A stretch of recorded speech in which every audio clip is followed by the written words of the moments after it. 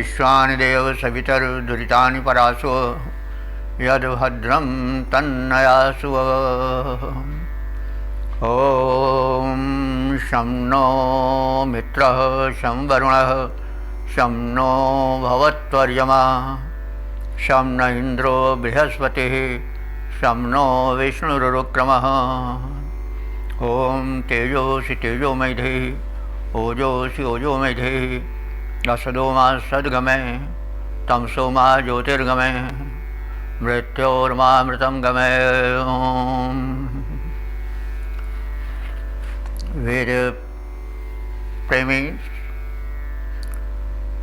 सुधी श्रोतावृंद,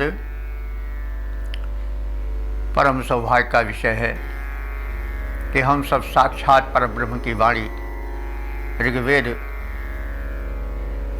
के 56वें सूक्त के,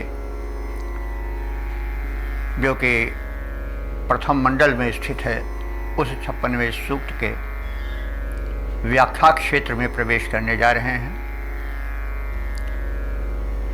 इस सूक्त के मंत्र द्रष्टा ऋषि हैं सव्यांगिरस, देवता हैं इंद्र और छंद है जगती। शीर्षक है कि सोमपान का परम प्रेमी इंद्र। तो व्याख्या के पहले हम इस विषय को थोड़ा समझ लें कि जो इंद्र विषयक सूक्तों में इंद्र के और वृत्तासुर के एवं आसुरी शक्तियों के संघर्ष का वर्णन है, इंद्र की उस पर विजय का वर्णन है, इंद्र को सोमपान प्रस्तुत करने का कथन है और भक्तों द्वारा प्रार्थना किए जाने का अनुरोध है। तो इन सब को समझने के लिए मनोभूमि बनाना पड़ेगा। यह हम सब जानते हैं कि यह सृष्टि जो है वो संघर्षात्मक है। इसमें विरोधी शक्तियाँ सक्रिय रहती हैं और विरोधी शक्तियों में तीक्ष्णता अधिक होती है, ये भी सत्य है। भले बाद में वो पराजित हों, लेकिन पराजित हो सकती हैं तो जब उनके विरोधी जो सकारात्मक शक्तियां हैं, जिनको हम दिव्य शक्ति कहते हैं, देव शक्ति हैं, वे सक्रिय हों। तो देव शक्तियों के सक्रिय होने के लिए उनकी अस्तुति आवश्यक है कि अस्तुत से शक्ति जागरण होता है और अस्तुता में एक सुप्त बल प्रबुद्ध होता है। और फिर उस आराधित शक्ति को सोमपान प्रस्तुत किया जाता है। सोम एक बलिष्ठ पेय है जो सुस्वादु है, रसायन है। तो उससे है कि देवता को जो समर्पण हो वह शुद्ध हो और सात्विक हो, बलिष्ठ हो, क्योंकि जो कुछ देवों को अर्पित किया जाता है प्रसाद रूप में, उसे भक्त स्वीकार करता है। तो जब नैवेद्य रूप में शुद्ध सात्विक वस्तु, पौष्टिक वस्तु अर्पित की जाएगी तो उसे उपासक ग्रहण करेगा, तो उसमें भी स्वास्थ्य, बल, वृद्धि, सात्विकता का संचार होगा। इसलिए सोमपान के भी स्वरूप को हमें समझ लेना चाहिए।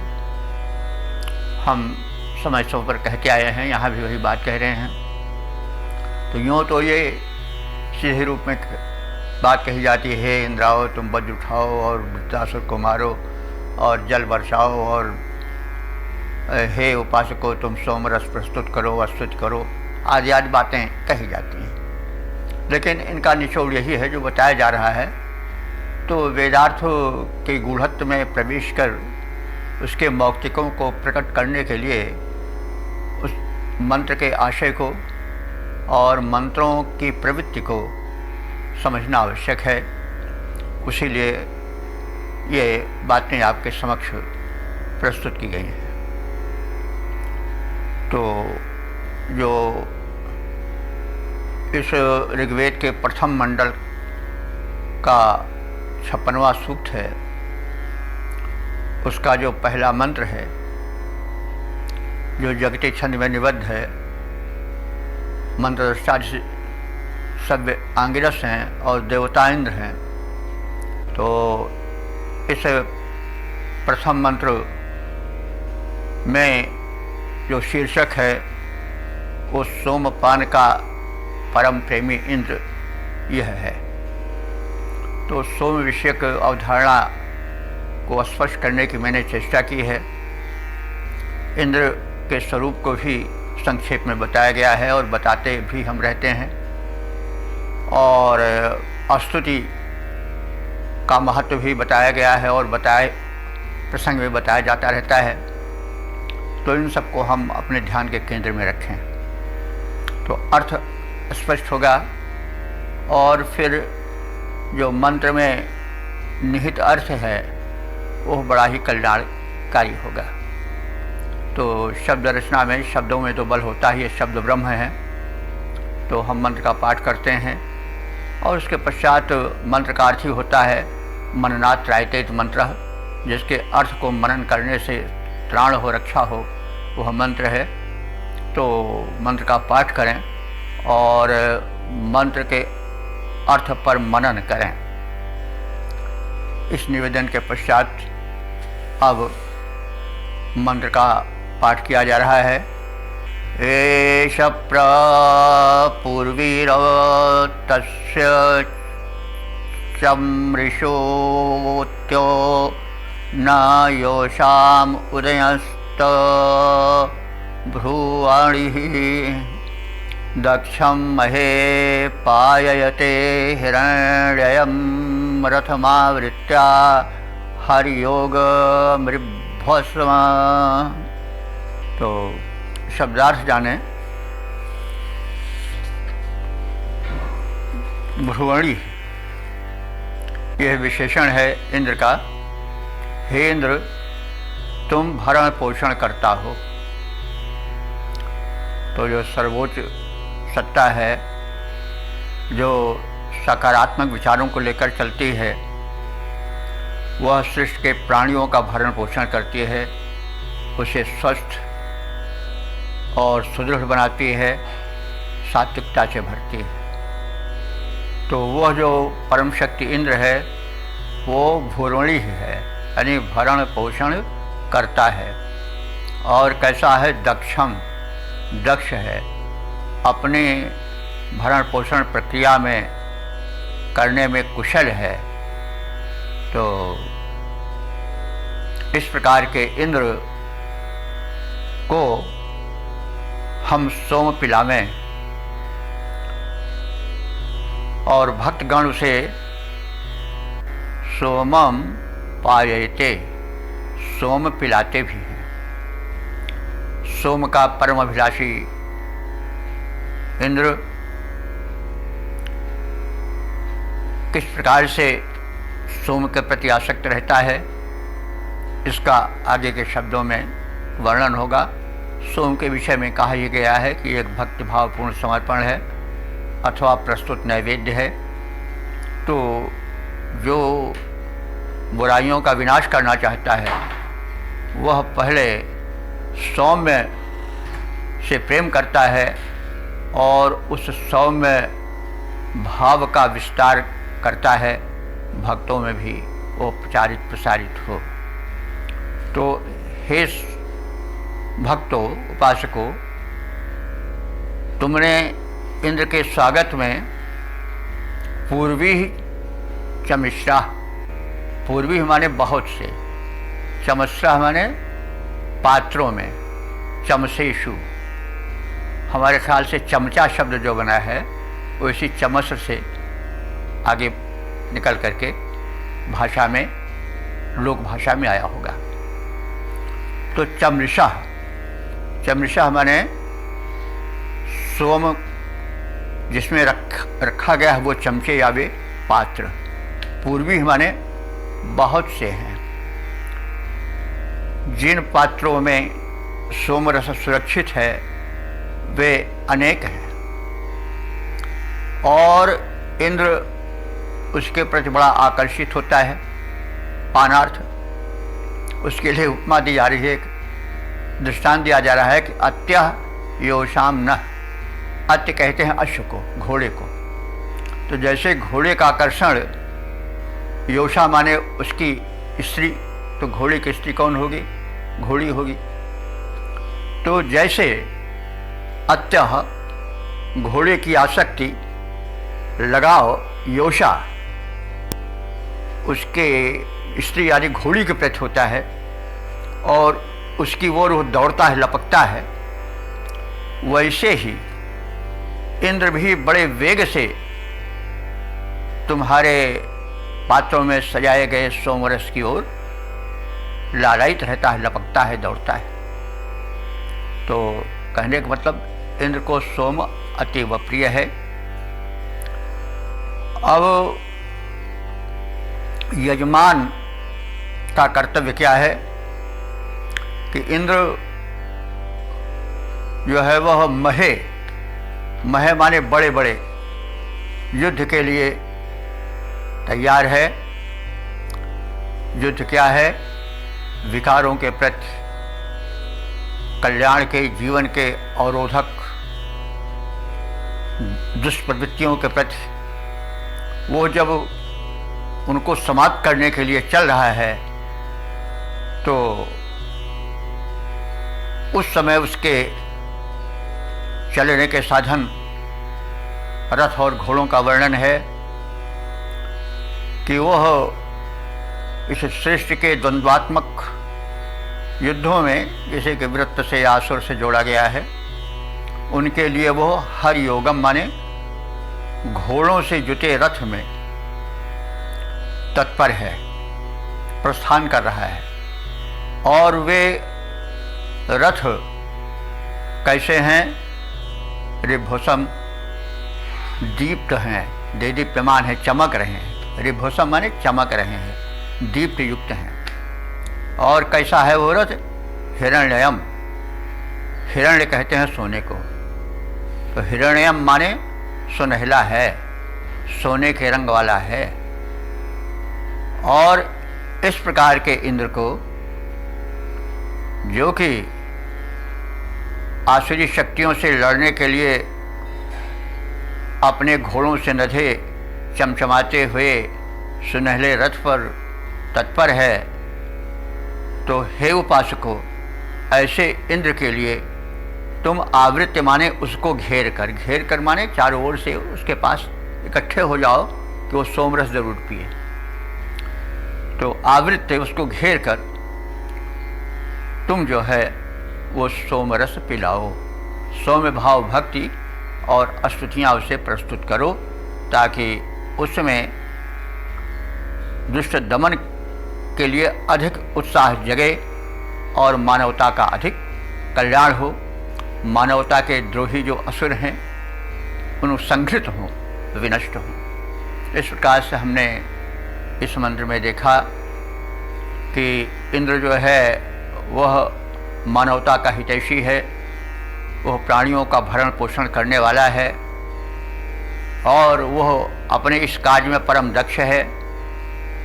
वह सदैव तत्पर रहता है आसुरी शक्तियों के विनाश के लिए जो मानवता के शत्रु हैं। इस स्थिति में हे भक्तों, तुम्हारा यह कर्तव्य है कि तुम भक्ति रस रूपी सौम्य सोमरस का पान उसे कराओ और विविध पात्रों में भरे हुए हैं, यानी अनेक भक्तों के हृदय में भक्त भाव भरे हुए हैं, सब मिलकर के उसके पास जाओ और उसको प्रसन्न करो, उसमें उत्साह भरो ताकि आसुरी शक्तियाँ विनष्ट हों तो सोम के प्रति बड़ा आकर्षण है। उस इंद्र को दृष्टांत भी दिया गया है कि वह अश्व की भांति सोमपान के लिए उत्साही स्तुतियों को सुनने के लिए भक्ति भावना से भरे हृदय में प्रवेश करने के लिए वो आतुर रहता है। वैसे जैसे उपमा दिया गया, घोड़ी को देख करके घोड़ा आतुर हो जाता है। तो इस तीव्रता को दिखाने के लिए बताई गई है बात। तो अब इसको हम एक सपाट रूप में देख लें। इंद्र भरण पोषण करता है। यह इंद्र कार्य दक्ष है, बलिष्ठ है, उसे सोमपान से बड़ा आकर्षण है और उसके लिए वह उसी प्रकार से तीव्र गति से दौड़ता है और लालायित होता है जैसे घोड़ी को देख करके घोड़ा दौड़ पड़ता है। इस स्थिति में भक्तों का कर्तव्य है, यजमानों का कर्तव्य है कि जब इंद्र आसुरी शक्तियों के विरुद्ध संघर्ष करने के लिए, उनको विनष्ट करने के लिए तत्पर हो, तो उस स्थिति में वे उस सुनहरे रथ पर सवार जाने के लिए तत्पर इंद्र को अपने भक्ति भाव रूपी सोमरस को पिलावें ताकि उसमें अधिक उत्साह जागृत हो और जो मानवता की बाधक शक्तियां हैं, त्रासक शक्तियां हैं, वो दमित हों। तो इस प्रकार से हम इसके अर्थ को बोध करने की चेष्टा करें। पद रूपांतरण देख लें। इंद्र भरण पोषण करता है, कर्म दक्ष बलवान, भाव भरे रस भरे सोम से उसकी प्रीति महान। सोम पूर्ण पात्रों के प्रति उसका आकर्षण वैसे घोड़ी के प्रति घोड़े का रहता आकर्षण जैसे। अश्वयुक्त चमकीले स्वर्णिम रथ पर हुआ सवार, बड़े समर के लिए कमर कस रहता जब तैयार, उसे साग्रह सोम पिलाते भाव भरे यजमान। तब उसे साग्रह सोम पिलाते भाव भरे यजमान, ताकि इंद्र में बढ़ता जाए सहोत्साह बलवान। तो ताकि इंद्र में बढ़ता जाए युद्धोत्साह महान। इंद्र भरण पोषण करता है, कर्म दक्ष बलवान, भाव भरे रस भरे सोम से उसकी प्रीति महान। ओम वेद प्रेमियों, सुधी श्रोताओं, संप्रति हम सब ऋग्वेद के प्रथम मंडल के 56वें सूक्त के दूसरे मंत्र की व्याख्या में प्रवेश करने जा रहे हैं। यह मंत्र जगती नामक छंद में निबद्ध है। मंत्र दृष्टा ऋषि हैं सव्य, आंगिरस और देवता हैं इंद्र। शीर्षक है धनार्थ इंद्र की स्तुति आवश्यक। संबंधित मंत्र का पाठ हो जाए। ओम तम गूर्तयो नेमिन्निशः परिंगळसः समुद्रं न संचरणे सनिष्यवः पतिं दक्षस्य विदथस्य नु सहो गिरिं नवेना अधिरोह तेजसा। शब्दार्थ जाने। सनिष्यवः, सनिष्यवा कहते हैं धन के इच्छुक। शनि कहते हैं धन को। देखिए वो बड़ा सा नहीं है जिसका अर्थ होता है शनिश्चर देव, बल्कि शनि है। शनि छोटे सा ये दंती सा से है। शनि, शनि कहते हैं धन को। और शनिश्चव माने धन के इच्छुक लोग। समुद्रम न, समुद्र में जाने के समान। संचरणे, संचरण माने उतरना या संचार करना या चलना। तो समुद्रम संचरणे न, जैसे समुद्र में उतरते हैं, संचरण करते हैं, गोता लगाते हैं। कौन? जो समुद्र के तह में छिपे हुए रत्नादि रहते हैं उनको पाने के लिए। तो संस्वा संचरणे समुद्रम न, जैसे धनेच्छु गोताखोर या व्यापारी समुद्र के रत्नों को प्राप्त हेतु समुद्र में संचरण करते हैं, प्रवेश करते हैं अथवा यात्राएं करते हैं, उसी प्रकार से जो धन के इच्छुक हैं यजमान, वे नेमे निशा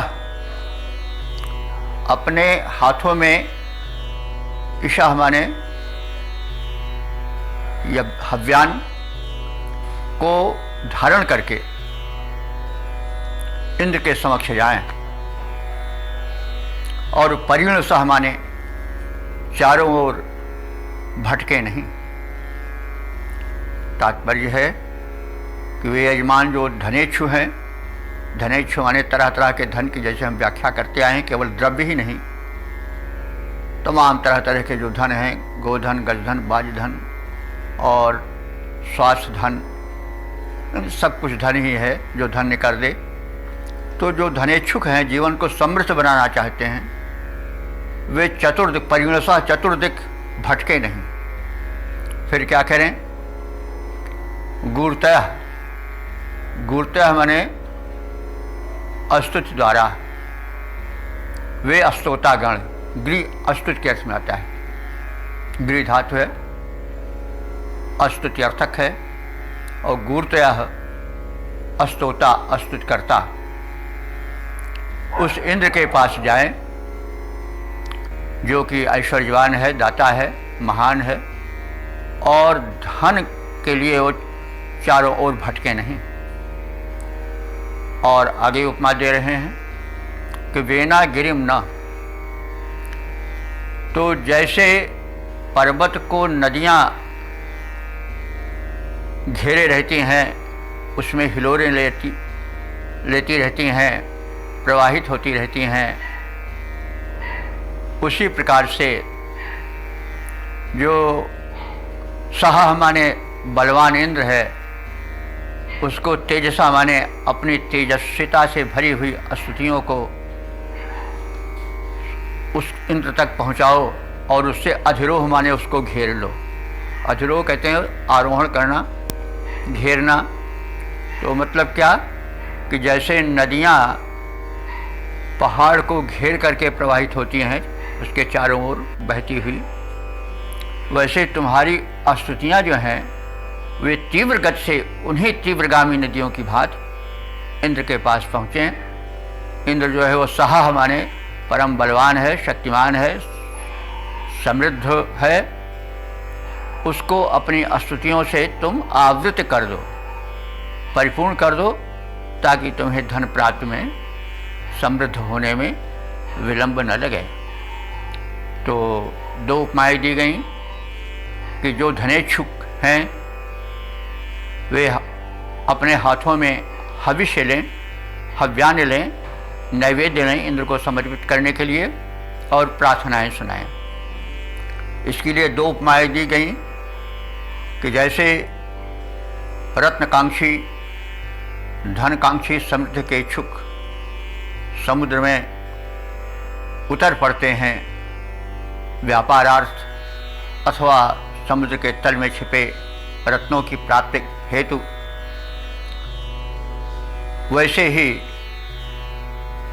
जो धनेच्छुक भक्तजन हैं वे चारों ओर भटके नहीं, वरन इंद्र के समक्ष हव्यान लेकर के प्रस्तुत हों, और गुरुतः जो स्तोतागण हैं उनकी स्तुतियाँ तेजस्वी इंद्र को उसी प्रकार से सुशोभित करें, और उसके सामने उसी प्रकार से तीव्र गति से चलें जैसे पर्वत के अंचल में बहती हुई कलकल ध्वनि करने वाली नदियाँ प्रवाहित होती रहती हैं, ताकि इंद्र प्रसन्न हो जाए और तुम्हें सहज रूप से धन वैभव समृद्धियाँ प्राप्त हों।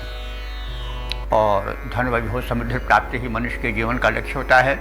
और हमेशा ध्यान रखें कि धन और समृद्धि केवल द्रव्य तक ही नहीं है, वह स्वास्थ्य धन की ओर भी है, हेल्थ इज वेल्थ, आचरण की ओर भी है, सत्प्रवृत्तियों की ओर भी है। क्योंकि धन तभी सुख दे पाता है जब स्वास्थ्य हो, जब सुकून हो मन में, नहीं तो भोग रोग समभूषण भारू, जम जातना सरित संसारू, तो फिर भोग रोग हो जाता है, भूषण भार हो जाता है।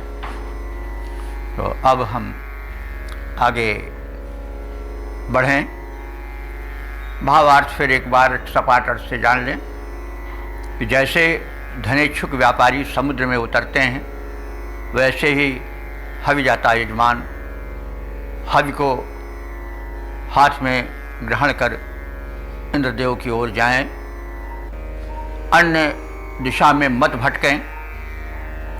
हे स्तोतागण, जैसे नदियाँ पहाड़ को घेरे रहती हैं, कल कल करके प्रवाहित होती रहती हैं, वैसे तुम्हारी तेजस्वी स्तुतियाँ इंद्र की ओर चलें, कल कल ध्वनि से उसे प्रसन्न करें और उसे अपनी तेजस्विता से आवृत कर दें।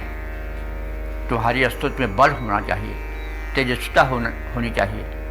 स्तुति तो सभी करते हैं, लेकिन स्तुति में अगर बल नहीं है, तेज नहीं है, उसमें तीव्रता नहीं है और नदियों की भांति गति नहीं है, तो स्तुति केवल उच्चारण कर देने से नहीं पूर्ण होगी, वो हृदय से जुड़ी होनी चाहिए, उसमें तीव्रता होनी चाहिए। तो ये सब बातें कही गई हैं और इसको हम पद्य रूपांतरण में घनाक्षरी छंद में देख लें। वणज धन छो जैसे लालसा लिए धनों की, सोत साह सागर की ओर करते पयान, वैसे धन वैभव की कामना लिए महान, इंद्र ढिग जाते हवि के समेत यजमान। अस्तुत सुनाने वाले, वेद मंत्र गाने वाले, सुन लो संदेश यह हित कर है सुजान। नदियाँ प्रवाहमान जैसे गिरि घेरें वैसे, घेरें चारों ओर इंद्र को तुम्हारे सामगान, घेरे चारों ओर इंद्र को तुम्हारे सामगान। ओम। वेद प्रेमियों, सुधी श्रोताओं, संप्रति हम सब ऋग्वेद के प्रथम मंडल के 56वें सूक्त के तीसरे मंत्र की व्याख्या में प्रवेश करने जा रहे हैं। यह मंत्र जगती नामक छंद में निबद्ध है। मंत्र दृष्टा ऋषि हैं सभ्य आंगिरस और देवता हैं इंद्र। शीर्षक है परम बली योद्धा इंद्र। अब हम यह जान लें कि इंद्र के दो बड़े शत्रु हैं जिसे उसे नष्ट करना रहता है। एक है वृत्तासुर और दूसरा है शुष्णासुर। तो वृत्तासुर क्या करता है कि जो जीवनदाता जल है उसको धरती तक आने ही नहीं देता है और रोधक बन जाता है। और शुष्णासुर वो है जो शोषण करता है, सूखा बन करके छा जाता है। दोनों धरती को संतप्त करते हैं, धरती को सताते हैं, प्राणियों को विकल बनाते हैं। अब इसको हम चाहें तो व्यावहारिक रूप में ले लें कि समाज के दो बड़े शत्रु हैं। एक वो हैं जो धन इकट्ठा किए रहते हैं और समाज के हित में उसे आने ही नहीं देते, तो ऐसे जमाखोर बहुत बड़े शत्रु हैं। और एक हैं जो शोषक हैं, घूस आदि ले करके, अपहरण करके, चाहे भूमाफियाई करते हों, चाहे जो करते हों, अनेकों के हक को अपने में दावे पड़े रहते हैं, शोषक हैं। तो ये उस इंद्र के प्रशासक के बड़े भारी शत्रु हैं। इसको हमें समझना चाहिए। इंद्र कौन है? जो सत्ताधीश है, जिसके हाथ में शक्ति है, समाज में जो सुख शांति का दावेदार है, हकदार है, शक्तिमान है, उसके ये समाज के त्रासक दो शत्रु हैं जिनसे उसको सामना करना पड़ता है। एक तो वो हैं जो धन दावे पड़े रहते हैं और समाज के हित के लिए उसे छोड़ते ही नहीं। दूसरे कौन है? जो शोषक हैं, शुष्णासुर हैं। तो वृत्तासुर वो है जो धन दावे पड़ा रहता है और उसको समाज के लिए अर्पित ही नहीं होने देता, और दूसरा वो है जो शोषण करता है। तो इस अर्थ में हम देखेंगे तो ये बात आसानी से समझ में आवेगी। अन्यथा यह कहें कि इंद्राता है, वृत्तासुर को मार देता है, जलगिरा देता है, बरसा देता है, सुषणासुर को भी नष्ट कर देता है, बेड़ी हथकड़ी डाल करके जेल में डाल देता है, तो कोई अर्थ ठीक से समझ में नहीं आ पाता। तो एक मनोभूमि बनाना चाहिए, क्योंकि ऋग्वेद जो है काव्य भी है। पश्य देवस काव्यम यौन ममाल न जीर्यति कहा गया है कि वेद जो है वो काव्य भी है। तो काव्य में अर्थ जरा प्रतीकों के माध्यम से प्रकट किया जाता है, तो हमें प्रतीकों में प्रवेश करके अर्थ को निकालना होगा। लक्षणा व्यंजना आदि शक्तियों के आधार पर आप सब काव्य प्रेमी हैं, विद्वान हैं, इस तथ्य को जानते हैं। तो इस मनोभूमि में जब हम मंत्र में प्रवेश करेंगे तो फिर अर्थ के समझने में कोई क्लिष्टता नहीं होगी, कोई कठिनता नहीं होगी। तो अब हम संबंधित मंत्र का पाठ कर लें। ओम सातुर्वणिर्महा अरेणु पंसे गिरेर्भृष्टिर्न भ्राजते तुया शवः येन शुषणं मायिन मायसो मदे दुध्र आभूषु रामयन्ने दामने। शब्दार्थ जाने। सह, सह माने वह, यानी पूर्वोक्त इंद्र। तुर्वणि कैसा है? तुर्वणि है, यानी शत्रु हंता है। और महान माने श्रेष्ठ है। और कैसा है? आयसः दध्र, वो आयस माने लौह निर्मित कवच को दध्रा माने धारण किए रहता है। आयस, आयस लोह कहते हैं, आयस माने लोह से बनी हुई कवच। वह इंद्र योद्धा है, इसलिए लौह निर्मित दृढ़ कवच दध्रु माने धारण करता है। और मदे माने, मद माने होता है उत्साह। जब वह उत्साह में भर जाता है तो क्या होता है कि उसके द्वारा मायाविनम सुषणम, मायावी सुषणासुर मारा जाता है। सुषणासुर के विषय में हमने अभी तत्काल कुछ पहले परिचय दिया है और उसको आप ध्यान में रखें। तो वह इंद्र लौह कवच को धारण कर किए रहता है। इसलिए एक चीज़ और है कि जो समाज के संरक्षक हैं, शासक हैं, दुष्टों के त्रासक हैं, उनसे उनको भिड़ना पड़ता है, वो ऐसे ना दौड़ पड़े, वो कवच धारण किए रहें। यह संदेश है। जो दुष्टों का सामना करते हैं, दुष्ट कम बली नहीं होते हैं, बड़े बलवान होते हैं, उनका प्रहार अचूक होता है, वो भी कम नहीं होते हैं। तो उनके प्रहार को संभालने के लिए कवच धारण करना चाहिए। कवच आप लोग जानते हैं, कवच कई प्रकार के होते हैं। अगर हम आध्यात्मिक जगत में प्रवेश करें तो कवच अभेद विप्र गुरु पूजा, जैसे तुलसीदास जी ने कहा नहीं, आप लोग रथ रूपक जानते होंगे कि जब राम और रावण में युद्ध छिड़ गया तो रावण रथी विरथ रघुवीरा देख विभीषण भय धीरा। विभीषण बहुत दुखी हो गया कि महाराज कैसे काम चलेगा। रावण तो विशाल रथ पर सवार है और हमारे राम जो है पैदल भूमि पर, कैसे सामना करेंगे। तो वो दुखी होकर के कहने लगा कि कह बिठ जितब वीर बलवाना, इस बलवान से भगवान कैसे पार पाया जाएगा। तो राम ने कहा कि यही जय हो सुचंदन आना। हे भाई, विजय देने वाला रथ दूसरा है। सौरज धीरज तहिरथ चाका, सतशील दृढ़ ध्वजा पताका। तो बल विवेक दम पर हित घोरे, क्षमा कृपा समता जोरे। इस भजन सारथी सुजाना, विरत चर्म संतोष कृपाना। समजम नियम शीली मुखनाना, सुनो धर्म मैं असरस जाके, कहने विजय कतहूँ रिपुता के।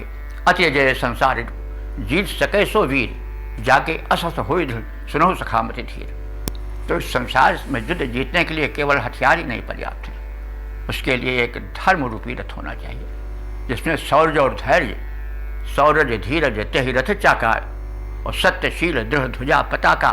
बल विवेक दम परहित घोरे, क्षमा कृपा समता रज जोरे। ईश भजन सारथी सुजाना, विरत चर्म संतोष कृपाना। समदम नियम शिली मुखनाना। तो ये सब शिली मुख बाण को कहते हैं। तो कहने का मतलब कवचित कई प्रकार से हुआ जाता है। हम केवल ऊपर ही कवच मत समझे, बल्कि भी हमें संसार से सामना करना है। तो भैया सबसे बड़े शत्रु तो अपने भीतर वाले हैं। जो जितने नज़दीक होगा उतने बड़ा शत्रु होगा, उसका प्रहार उतना तेज लगेगा। तो इसलिए आप कवच धारण करो, तो वहाँ पर वह कवच लोहे वाली थोड़े काम करेगी। आप में एक शौर्य हो, धैर्य हो, विनय हो, भगवत भक्ति हो, विवेक हो और तरह तरह के सद्गुण हो, जो सहिष्णुता भी हो, कुछ सह लेने की भी ताकत हो। हमेशा उबड़ पड़ना ही नहीं कार्य करता है, कहीं पर दबना ही पड़ता है। लड़ते हैं तो भी हम बिल्कुल बढ़ते, तो कभी कभी हम पीछे भी हट जाते हैं जीतने के लिए। तो ये जब तक तरह तरह की कलाओं से व्यक्ति नहीं अपने को संपन्न करेगा, तब तक फिर अति अजय संसार, इस संसार रूपी शत्रु एक थोड़े हैं, चारों ओर हैं। तो उनसे जीतने के लिए बाद में वेदों से प्रभावित होकर के तमाम लोगों ने लिखा। प्रेरणा सबको वेद से ही मिली है, व्यक्त करने की शैली अलग अलग हुई है। तो हम सब अर्थ को इस व्यापकता में देखेंगे तभी आनंद आ पावेगा। तो कहने का मतलब है कि इंद्र जो है वो जब शत्रु का सामना करता है तो कवच धारण करता है, आयसी कवच, लौह से निर्मित कवच धारण करता है, फौलादी कवच धारण करता है। और उसके द्वारा फिर वो क्या करता है कि माइनम सुष्णम, उस मायावी सुष्णासुर को, मायावी माने जो सामना करने में, युद्ध करने में तरह तरह के छल कपट अपनावे, कबहू प्रकट, कबहू कभी प्रकट हो जाए, कभी छिप जाए, कभी ऊपर से प्रहार करे, कभी नीचे से करे, कभी कुछ करे, तो मायावी है वो। इसी प्रकार से दुश्मन भी बड़े मायावी होते हैं, कभी मीठा बोल करके, कभी तीता बोल करके, कभी कुछ करके, कभी प्रार्थना करके, कभी आंख दिखा करके, तरह तरह से वो प्रहार करते हैं। तो सावधान रहना चाहिए। तो कहने का मतलब दोनों ओर लड़ना रहता है। तो हम व्यापक अर्थ में देखें तो क्या होता है, इंद्र ने क्या किया, जैसे बड़े लोग करते हैं वैसे छोटे लोग भी करते हैं। तो इंद्र सबसे श्रेष्ठ है, तो जैसा वो आचरण करता है वैसे हम सब भी करें। तो इंद्र ने क्या किया कि सुष्णासुर जो कि बड़ा मायावी था, उसका सामना करने के लिए उन्होंने क्या किया कि लौह कवच धारण किया। और फिर अब वो सफल हुए। जब इतना वो तत्पर हैं तो फिर सफल क्यों नहीं होंगे। परिणाम क्या हुआ कि आभूषु, आभूष माने कारागार में उसको पकड़ के डाल दिया, माने उसके शत को समाप्त कर दिया और उसे बंदी बना लिया। दामिन माने, दाम कहते हैं रस्सी को, दामिन माने रस्सियों से उसे बांध दिया, हथकड़ी बेड़ी डाल दी। और अरेणु, अरेणु हमारे अनिंदनीय, ये इंद्र का विशेषण है। रेणु कहते हैं धूल को, अरेणु माने बिना धूल के, यानी बिना किसी विकार के। तो अरेणु उस अनिंदनीय इंद्र ने तुजारावह, यानी शत्रुओं के प्रबल बल को, घातक बल को, पंसे माने संग्राम में नष्ट किया। गिरा भृष्टि, गिरा कहते हैं पहाड़, गिर पहाड़ को कहते हैं, और गिरे माने पहाड़ के, भृष्टि माने चोटी। और फिर वो युद्ध भूमि में कैसे खड़ा हो गया, जैसे पहाड़ में उसकी चोटी ऊंचे खड़ी रहती है, सिर उसका ऊंचा हुआ। शत्रु को उसने बांध लिया, हथकड़ी में डाल दिया, जेल में डाल दिया। सुष्णासुर का भय समाप्त हो गया और फिर वो विजयी इंद्र युद्ध में पहाड़ की चोटी की तरह अटल होकर के खड़ा हो गया। तो इस प्रकार से संदेश दिया गया है कि हम शत्रु को कमज़ोर न समझें, उसका सामना करें और जैसा अवसर हो उसी प्रकार से शस्त्र धारण करें, और तब हम विजय प्राप्त करेंगे। और तो हमारा सिर पर्वत शिखर की तरह ऊंचा रहेगा, हम विजयी रहेंगे। अन्यथा फिर अत्यजय संसारी जीत सके सो वीर, इसको ध्यान में रखना चाहिए। रथ रूपक बहुत ही प्रेरक प्रसंग है, रूपक है मानस का। 4 रूपकों में रथ रूपक एक विशिष्ट महत्ता रखता है। तो अब हम सपाट अर्थ को जान लें। वो है इंद्र शत्रुहंता है, महान है। वह फौलादी कवच धारण करता है। उत्साह में भरकर युद्धोन्मत्त इंद्र अपने विराट बल से मायावी असुर सुष्णासुर को रस्सियों में बांध लेता है, हथकड़ी से उसे बलहीन कर देता है, जकड़ लेता है और कारागार में डाल देता है। इंद्र का अनिंदित बल संग्राम में उसे विजय दिलाता है और वह पर्वत शिखर के समान महान प्रतिभाषित होता है, उसका सिर ऊंचा होता है। एक चीज़ और जान लो बंधु कि इंद्र प्राण वही इंद्र, श्रुति में यह भी कहा गया है कि जो प्राण है वो भी इंद्र है। तो हम में प्राण शक्ति है तो हम प्राणी हैं, इसीलिए तो, क्योंकि हम में प्राण है इसलिए हम प्राणी हैं। तो प्राणियों को चाहिए कि वे इंद्रवत आचरण करें, क्योंकि इंद्र प्राण रूप है, वो हमारे आत्मा में भी है, आत्मा रूप में अथवा प्राण रूप में। तो प्राण को इंद्रवत आचरण करना चाहिए, क्योंकि इंद्र प्राण भी है। तो इस प्रकार से हमने इसके सामान्य अर्थ को जाना और उसके सूक्ष्म अर्थ को भी जाने, उसके अध्यात्म प्रकृत को भी जाने, तब वेद मंत्र का आनंद आवेगा और तब हमारा जीवन दिव्य बनेगा। अब घनाक्षरी छंद में इसका रूप देख लें। शत्रुहंता इंद्र है प्रधान बलवान वीर, लोहे की कवच वो धारण, लोहे की कवच वो धारता महान है। होकर प्रमत्त युद्ध भूमि पे उतरता, बल का प्रमाण देख कांपता जहान है। होकर प्रमत्त युद्ध भूमि पर आता जब, बल का प्रमाण देख कांपता जहान है। कृष्ण शत्रु को है जीत लेता, बांध देता वीर, कारागार मध्य डाल देता बलवान है। और रणभूमि मध्य अरि घातकारी भूमि, रणभूमि मध्य अरि घातकारी भूमि, भूरी शक्ति दिखती है तुंगगिरि श्रृंग के समान है। रणभूमि मध्य अरि घातकारी भारी शक्ति दिखती है तुंगगिरि श्रृंग के समान है।